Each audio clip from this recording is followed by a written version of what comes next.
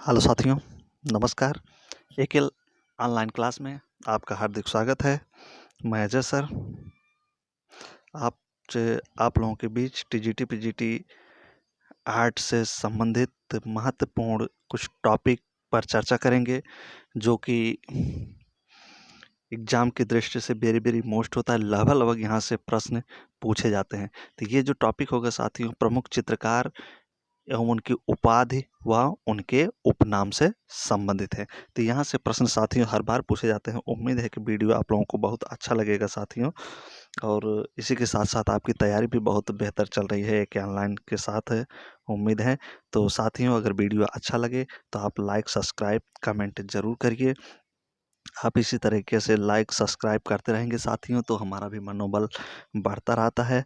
अब आप लोगों का साथ पाकर हम इसी तरीके से नए नए वीडियो आप लोगों के बीच अपलोड करते रहेंगे, जिससे कि आप लोगों की तैयारी बेहतर हो। तो चलते हैं साथियों, आपके स्क्रीन पे है, देखिए, प्रमुख चित्रकार टीजीटी पीजीटी आर्ट से संबंधित है। प्रमुख चित्रकार, उपाधि व उनके उपनाम। ठीक, तो चलते हैं। सबसे पहले देखते हैं इसमें से सबसे पहले चित्रकार का क्या नाम है न। चित्रकारों का राजकुमार कह रहा है कि चित्रकारों का राजकुमार किसे कहा जाता है न। सबसे पहले पॉइंट में पूछ रहा है कि चित्रकारों का राजकुमार किसे कहा जाता है साथियों। तो चित्रकारों का जो राजकुमार कहा जाता है साथियों, किसको कहा जाता है? राजा रवि वर्मा को कहा जाता है। वेरी वेरी मोस्ट क्वेश्चन है साथियों। चित्रकारों का राजकुमार किसे कहा जाता है? तो राजा रवि वर्मा को कहा जाता है। किसको कहा जाता है? राजा रवि वर्मा को। राजा रवि वर्मा का हम जन्म देख लेते हैं साथियों। 1848 में इनका जन्म हुआ था। कहाँ हुआ था साथियों? 1839 में। कहाँ हुआ था? केरल के किले मन्नूर में हुआ था। 1848 में केरल के किले मन्नूर में राजा वर्मा का जन्म हुआ था। इन्हें चित्रकारों का राजकुमार साथियों कहा जाता है। अगला साथियों, भारत का पिकासो। अगला है भारत का पिकासो किसे कहा जाता है? अगला जो है हमारा, भारत का पिकासो किसे कहा जाता है? तो यामिनी राय को, और इन्हीं के साथ साथ यमयाफ हुसैन को भी आप याद रखेंगे न। भारत का जो पिकासो है, भारत का जो पिकासो है साथियों, ये यामिनी राय को और यमयाफ हुसैन को भी कहा जाता है साथियों। ठीक, तो देख लेते हैं यामिनी राय। यामिनी राय का जन्म जो है 1887 में बांकुरा में हुआ था। बांकुरा में। कहाँ हुआ था इनका जन्म भैया? 1887 में बांकुरा। बांकुरा कहाँ है? पश्चिम बंगाल में। यमयाफ हुसैन का जन्म कहाँ हुआ था? जन्म इनका 1916 में सोलापुर में हुआ था। कहाँ हुआ था? 1916 में। तो इन दोनों को क्या कहा जाता है? भारत का पिकासो कहा जाता है। क्या कहा जाता है साथियों? भारत का पिकासो यामिनी राय और यमयाफ हुसैन को। तो अगर भारत का पिकासो तो यामिनी राय और यमयाफ हुसैन, दोनों को ध्यान देना है आपको। ठीक, अगला साथियों, कैलेंडर आर्टिस्ट किसके नाम से जाना जाता है? कैलेंडर आर्टिस्ट उपनाम किसका था? तो कैलेंडर आर्टिस्ट उपनाम साथियों किसका हो जाएगा? यमयाफ हुसैन का। आप जानते हैं कि यमयाफ हुसैन जब लिथोग्राफी प्रेस का खोज किए थे, तो उसी में जो एक कैलेंडर अंडर छापते थे, देवी देवताओं पौराणिक कथाओं से जाने जाते हैं। तो जितने देवी देवताओं के चित्र होते थे, इसी लिथोग्राफी प्रेस से ये छाप कर निकालते थे। तो यमयाफ हुसैन, तो कैलेंडर आर्टिस्ट के नाम उपनाम से किसे जाना जाता है? यमयाफ हुसैन को। तो इनका जन्म 1916 में सोलापुर में हुआ था। कहाँ हुआ था साथियों? इनका जन्म 1916 में सोलापुर में हुआ था। तो अगले पॉइंट पर चलते हैं साथियों। उम्मीद है कि आप लोगों को बहुत बेहतर लग रहा होगा। ये कंपटीशन में पूछे जाते हैं, किसी प्रकार की भी परीक्षा हो उसमें ये प्रश्न पूछना जरूरी है, पूछा जाता है। तो अगला है, रचनात्मक चित्रकार के उपनाम से किसे जाना जाता है? तो रचनात्मक चित्रकार, रचना करने वाले चित्रकार के उपनाम, किसका उपनाम है? तो आर्यन टैगोर, रविंद्रनाथ टैगोर का।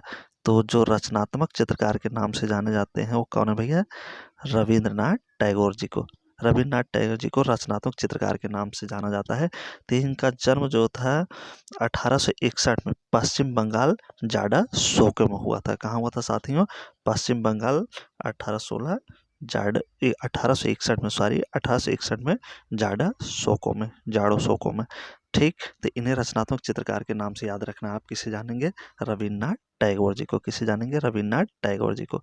अगला है प्रयोगात्मक चित्रकार। प्रयोगात्मक चित्रकार के नाम से किसे जाने जाएंगे न? प्रयोगात्मक चित्रकार किसका उपनाम है? तो गगनेन्द्र नाथ टैगोर। किसका भैया? गगनेन्द्र नाथ टैगोर को प्रयोगात्मक चित्रकार कहा जाता है। तो इनका जन्म कब हुआ था? 1867 में। इनका भी जन्म पश्चिम बंगाल में हुआ था। अगला है रंगों का सम्राट। ये सब वेरी वेरी मोस्ट क्वेश्चन है साथियों, यहाँ से प्रश्न पूछे। रंगों के सम्राट के नाम से किसे जाना जाता है? तो अब्दुल रहमान चुगताई को। किसे जाना जाता है साथियों? अब्दुल रहमान चुगताई को। ठीक। तो ये चीज़ आप ध्यान रखेंगे। रंगों का सम्राट अब्दुल रहमान चुगताई, प्रयोगात्मक चित्रकार गगन नाथ टैगोर, रचनात्मक चित्रकार रविन्द्रनाथ टैगोर। ठीक। तो इस प्रकार से इन सबको आप याद करिए और नोट डाउन भी करिए साथ साथ में। तो चलते हैं आगे, चलते साथियों। अगला है भावों का सम्राट। क्या है? भावों का सम्राट किसे कहा जाता है, या भावों का सम्राट उपनाम किसका है? तो क्षितेंद्र नाथ मजूमदार को भावों का सम्राट कहा जाता था। इनका उपनाम या उपाधि है एक प्रकार से। तो इनका जन्म जब हुआ था क्षितेंद्र नाथ का साथियों 1891 में हुआ था, मुर्शिदाबाद में। कहाँ हुआ था साथियों? मुर्शिदाबाद में। 1891 मुर्शिदाबाद में। अगले चित्रकार हैं वैष्णव चित्रकार। वैष्णव चित्रकार के नाम से किसे जाना जाता था? वैष्णव चित्रकार के नाम से क्षितेंद्र नाथ मजूमदार को ही जाना जाता था। तो कहने का मतलब भावों का सम्राट क्षितेंद्र नाथ मजूमदार। अब वैष्णव चित्रकार किसे कहा जाता है? क्षितेंद्र नाथ मजूमदार को। ठीक। भावों का सम्राट और वैष्णव चित्रकार दोनों क्षितेंद्र नाथ मजूमदार को ही जाना जाता था इस नाम से। तो अगला है कला सम्राट। अगला क्या है? कला सम्राट। कला सम्राट के नाम से किसे जाना जाता था? बीसी सन्याल को। किसे जाना जाता साथियों? बीसी सन्याल को। इनका जन्म कब हुआ था? 1904 में असम के दिब्रूगढ़ में। कहाँ हुआ था? असम के दिब्रूगढ़ में हुआ था। और उसके बाद शताब्दी पुरुष। शताब्दी पुरुष, शताब्दी का मतलब 100 साल जो पूरा कर चुके हो या 100 साल हो गया हो, तो उसे कहा जाता है 100 साल को ही सेंचुरी कहा जाता है। उसी प्रकार शताब्दी होगा। तो शताब्दी पुरुष के नाम से किसे जाना जाता है? तो बीसी सन्याल को। किसे जाना जाता है भैया? शताब्दी पुरुष के नाम से। तो बीसी सन्याल को, ये याद रखना है आपको। कला सम्राट बीसी सन्याल, शताब्दी पुरुष बीसी सन्याल। ठीक। तो दोनों लोग को एक ही व्यक्ति को दो दो उपाधि मिली थी, कला सम्राट की और शताब्दी पुरुष की। किसे? बीसी सन्याल की। जन्म 1904 में असम डिब्रूगढ़ में। ठीक। तो वेरी वेरी मोस्ट है साथियों। इन सबको आप रट के चलिए, सब एक कंपटीशन में एग्जाम में आना ही आना है। आगे चलते हैं साथियों। अगला जो कलाकार हैं उन्हें किस नाम से जाना जाता है? तो रंगवादी कलाकार। न इनको किस उपाधि से जाना जाता था? रंगवादी कलाकार किसे कहा जाता था? तो यच रजा को, सैयद हैदर रजा को क्या कहा जाता था साथियों? रंगवादी कलाकार। ठीक। क्या कहा जाता था? रंगवादी कलाकार। रंगवादी कलाकार उपनाम किसका है? सैयद हैदर रजा का, यच रजा का। इनका जन्म कहाँ हुआ था भैया? मध्य प्रदेश में हुआ था। कब? 1922 में। ठीक। 1922 में सैयद हैदर रजा का जन्म मध्य प्रदेश में होता है। इन्हें रंगवादी कलाकार के नाम से जाना जाता है, उपनाम से जाना जाता है सैयद हैदर रजा को। ठीक। रंगवादी कलाकार किसे कहेंगे? सैयद हैदर रजा को। अगला पॉइंट है आपका भारतीय कला का पैगंबर। क्या है? भारतीय कला का पैगंबर। भारतीय कला का पैगंबर किसे कहा जाता है भैया? यामिनी रंजन राय को। किसे कहा जाता है? यामिनी रंजन राय को। ठीक।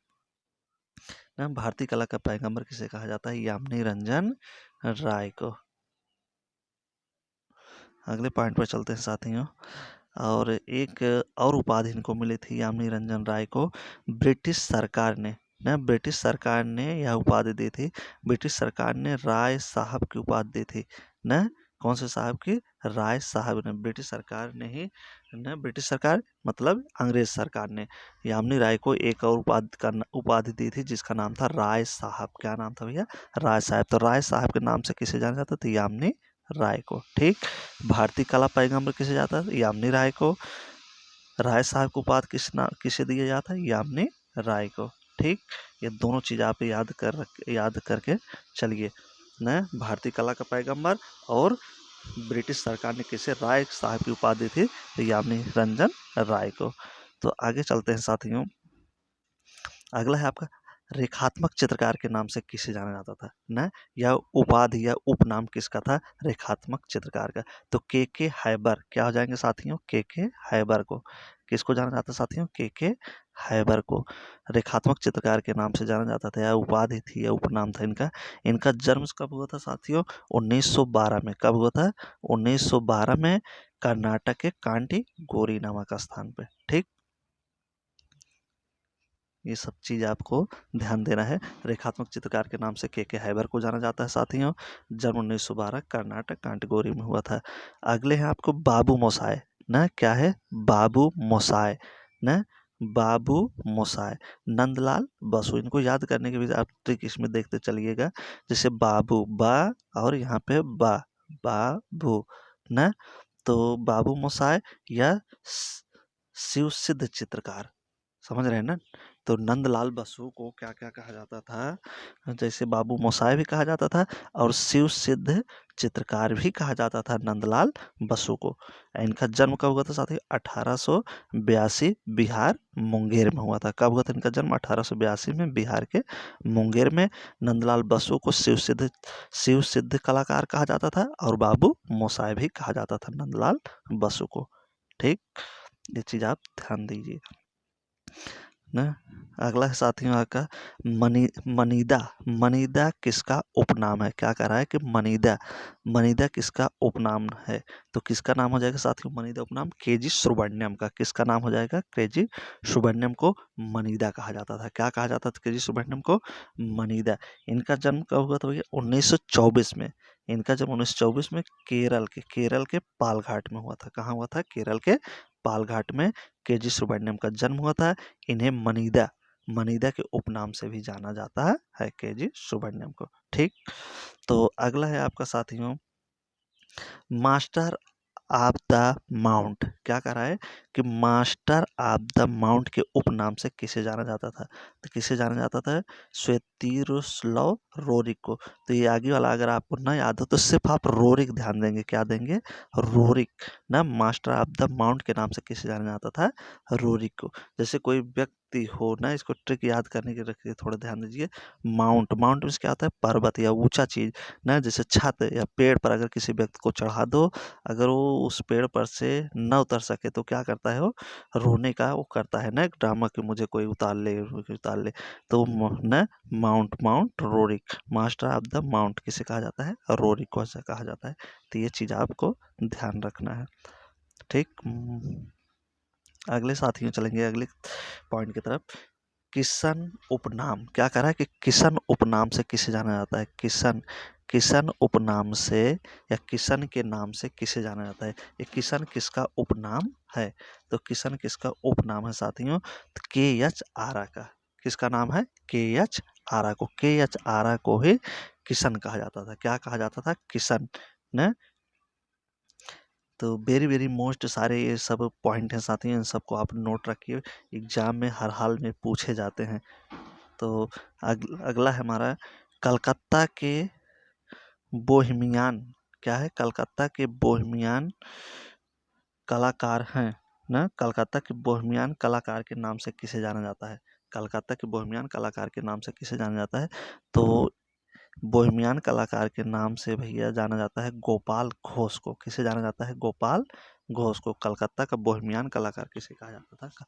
गोपाल घोष को। ठीक ना।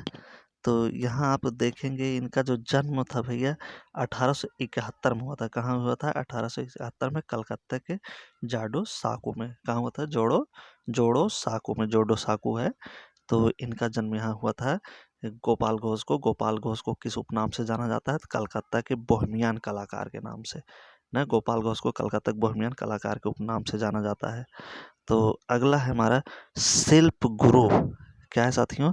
शिल्प गुरु या कला गुरु। क्या कह रहा है कि शिल्प गुरु या कला गुरु को किसे जाना जाता था? शिल्प गुरु या कला गुरु के उपनाम से किसे जाना जाता था? तो कौन हो जाएंगे? अवनींद्र नाथ टैगोर को। किसे भैया जाना जाता था? अवनींद्र नाथ टैगोर को शिल्प गुरु या कला गुरु के नाम से जाना जाता था। तो अवनींद्र नाथ का टैगोर के विषय में थोड़ा देंगे। इनका जन्म 1871 में हुआ था। कब हुआ था अवनींद्र नाथ टैगोर का जन्म? 1871 में कलकत्ता के चाड़ो साको में। ठीक, ये गोपाल घोष वाला गलत हो गया है। तो ये अवनीनाथ टैगोर का ही है न। जन्म 1871 में जाडा सोको में। हमने आपको कुछ गलत बता दिया था साथियों, इस पर थोड़ा उसके लिए माफ़ी चाहता हूँ न। तो अवनीनाथ टैगोर का जन्म था 1871 में कलकत्ता के जोडो साको में। ठीक, तो अवनीनाथ टैगोर को ही शिल्प गुरु या कला गुरु के उपनाम से जाना जाता है। तो वेरी वेरी मोस्ट है, इस चीज़ को आप ध्यान रखेंगे साथियों। तो अगले पॉइंट पर चलते हैं। किंकर दा के नाम से। क्या है? किंकर दा के नाम से किसे जाना जाता था या किंकर दा उपनाम किसका है? तो किंकर दा उपनाम साथियों किसका है? तो किंकर दा उपनाम हो जाएगा राम किंकर बैज का। इसे याद करने के लिए किंकर देखिए, किंकर दा नाम से राम किंकर। किंकर यहाँ पर भी है और किंकर यहाँ पर भी है। ठीक, इस चीज़ को आप ध्यान देंगे ना। तो किंकरदा नाम से किसे जानते हैं? राम किंकर बैच को। तो राम किंकर बैच के विषय में थोड़ा जानेंगे। इनका जन्म 1910 में हुआ था। कहाँ हुआ था? पश्चिम बंगाल के बांकुड़ा जिले में। ठीक, तो किंकरदा के नाम से राम किंकर बैच को जाना जाएगा साथियों। अगला है दत्तू भैया ना। दत्तू भैया के नाम से किसे जाना जाता है? तो डी देवला लीकर को किसे जाना जाएगा? डी देवला लीकर को दत्तू भैया के उपनाम से जाना जाता है। ठीक, उम्मीद है कि वीडियो आप लोगों को बहुत ही बेहतर लग रहा होगा और इसे बहुत ध्यान से आप लोग लर्न कर रहे हैं साथियों। तो अगला है बंगाल का मैसूर। बंगाल का मैसूर उपनाम किसका है, या बंगाल के मैसूर से किसे जाना जाता है? बंगाल के मैसूर के नाम से तो के बैंकटप्पा को किसे जाना जाता है साथियों? के बैंकटप्पा को किसे जाना जाता है? बंगाल का मैसूर के बैंकटप्पा को। इनके विषय में थोड़ा देखेंगे तो इनका जन्म कब हुआ था? 1887 में, कर्नाटक मैसूर में ना। तो बंगाल का मैसूर किसे आता है? वेंकटप्पा को। ठीक, अगला है रंगों का जादूगर ना। इसके पहले एक आप और सुने होंगे ना, जैसे रंगों का जादूगर हो गया। तो इसके पहले एक क्वेश्चन और था, वो था क्या था? इसके पहले जो था साथियों, एक रंगों के सम्राट के नाम से था। तो रंगों का सम्राट आप ध्यान देंगे, अब्दुल रहमान चुगताई को जाना जाता है। किसे जाना जाता है? अब्दुल रहमान चुगताई को। ठीक, रंगों का जादूगर। तो रंगों के जादूगर के नाम से किसे जाना जाता है साथियों?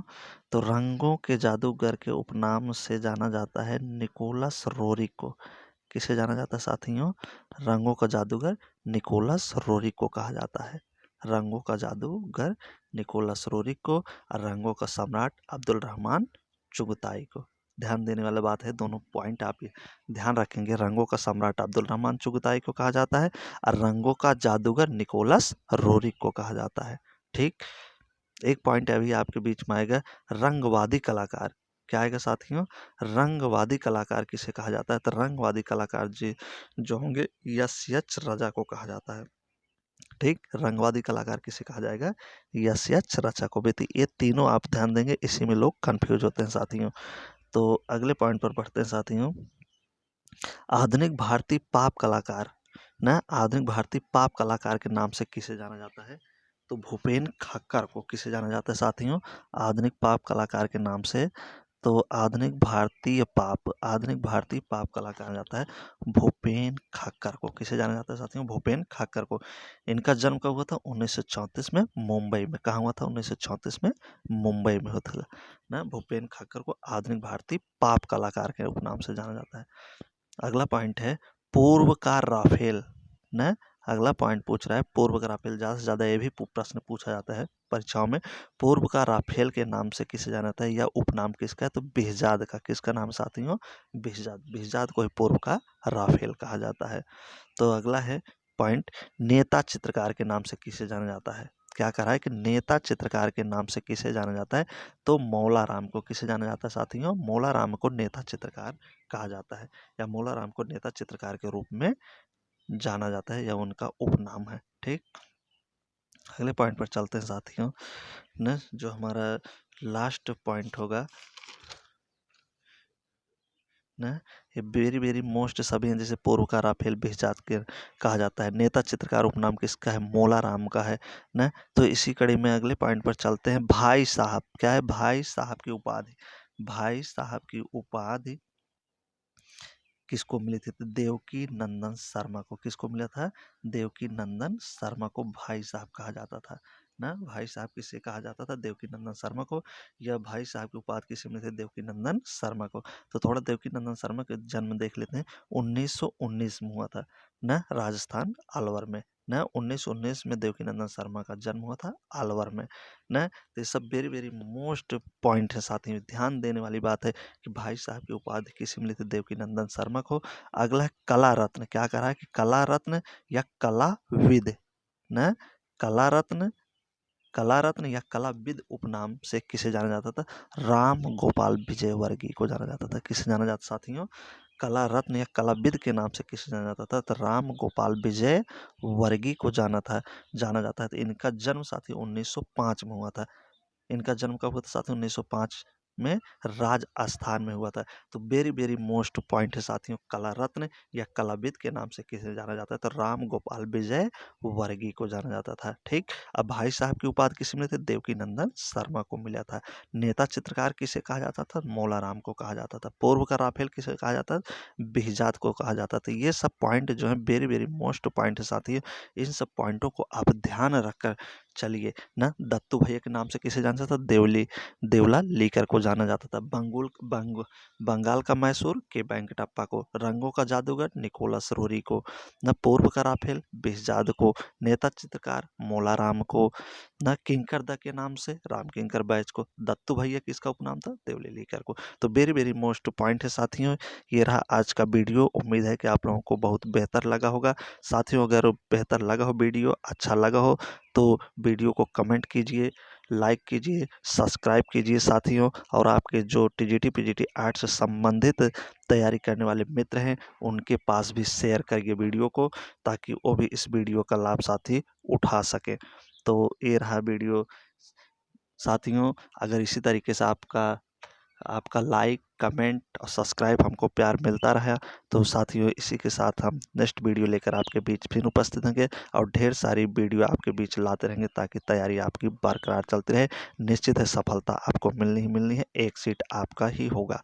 धन्यवाद साथियों।